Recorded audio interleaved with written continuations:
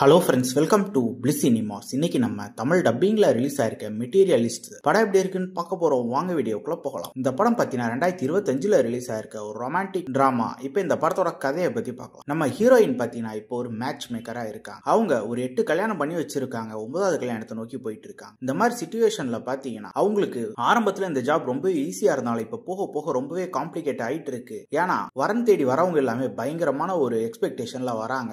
அதுதான் இவங்களுக்கு பயங்கர பிரச்சனையா இருக்கு. அதனாலேயே உங்களுக்கு பல விஷயங்கள்ல கடுப்பாகுது. இந்த மாதிரி சிச்சுவேஷன்ல அந்த 9th மேரேஜ்ல பாத்தீங்கன்னா இவங்க ஒருத்தரை பார்த்து டேட் பண்ண ஆரம்பிக்கிறாங்க. அதே மேரேஜ்ல பாத்தீங்கன்னா நம்ம ஹீரோயின் அவங்க எக்ஸ் பாய் ஃப்ரெண்டையும் பாக்குறாங்க. இவங்க எக்ஸ் பாய் ஃப்ரெண்டோட ஏன் பிரிஞ்சாங்க, இப்போ புது பாய் ஃப்ரெண்டோட சேர போறாங்களா இல்ல எக்ஸ் பாய் ஃப்ரெண்டோட சேர போறாங்களா அப்படின்றது தான் இந்த படத்தோட மொத்த கதையே. இப்போ இந்த படத்தோட பாசிட்டிவ் நெகட்டிவ் பத்தி பார்க்கலாம். பாசிட்டிவ் கண்டிப்பா ஸ்டோரி பிளாட்டை சொல்லலாம். ஒரு இன்ட்ரெஸ்டிங்கான ஸ்டோரி பிளாட்டை எடுத்திருக்காங்க. அதுவும் குறிப்பா நம்ம ஹீரோயினை ஒரு மேட்ச் மேக்கரா போட்டுட்டு அவங்கள சம்பந்தப்பட்டது, அதாவது அந்த வேலையை சம்பந்தப்பட்ட விஷயத்த எல்லாமே ரொம்ப டீடைலா காமிச்சிருக்காங்க. ஒரு மேட்ச் மேக்கர்னா ஒரு ப்ரொஃபைலை எப்படி பாக்குறாங்க, அவங்களுக்கு அதுல இருக்க டிஃபிகல்டிஸ்லாம் என்ன, இவங்க ஒரு ப்ரொஃபைலுக்கு எந்த மாதிரி ப்ரொஃபைலை மேட்ச் பண்றாங்க அப்படின்ற மாதிரி ஒவ்வொரு விஷயத்தையும் ரொம்ப டீடைல்டாவே காமிச்சிருக்காங்க. அதுல பெர்ஃபார்மன்ஸ்ல நம்ம ஹீரோயின் ஒரு அல்டிமேட்டான பெர்ஃபார்மன்ஸே கொடுத்திருக்காங்க. அவங்க கேரக்டரும் தரமா எழுதியிருக்காங்க. அதே மாதிரி படத்துல வர லவ் போர்ஷன்ஸ் எல்லாமே ரொம்ப நீட்டாவே ஒர்க் அவுட் ஆயிருக்கு. அதே மாதிரி படத்துல வர டைலாக்ஸ் எல்லாம் ஒன்னொன்னு அல்டிமேட்டா இருக்குன்னு சொல்லலாம். படம் பூராவே நம்ம டைலாக் ஓரியன்டா தான் இருக்கு. பாக்குறதுக்கும் நல்லா இருக்கு, கேட்கறதுக்கும் நல்லா இருக்கு. டெக்னிக்கல் ஆஸ்பெக்ட்ஸ்லயும் படம் சவுண்டா இருக்கு. சினிமாட்டோகிராஃபி, சவுண்ட் எஃபெக்ட்ஸ், பிஜிஎம் எல்லாமே அல்டிமேட்டா பண்ணி கொடுத்திருக்காங்க. ஸ்கிரீன் பிளேஸ் பத்தினா ஒரு இன்ட்ரெஸ்டிங்கான ஸ்கிரீன் பிளே தான் எழுதி எடுத்திருக்காங்க. படம் ஆரம்பிச்சதுல இருந்து எண்ட் வரைக்கும் நல்லா ரொம்ப நீட்டாவே போகுது.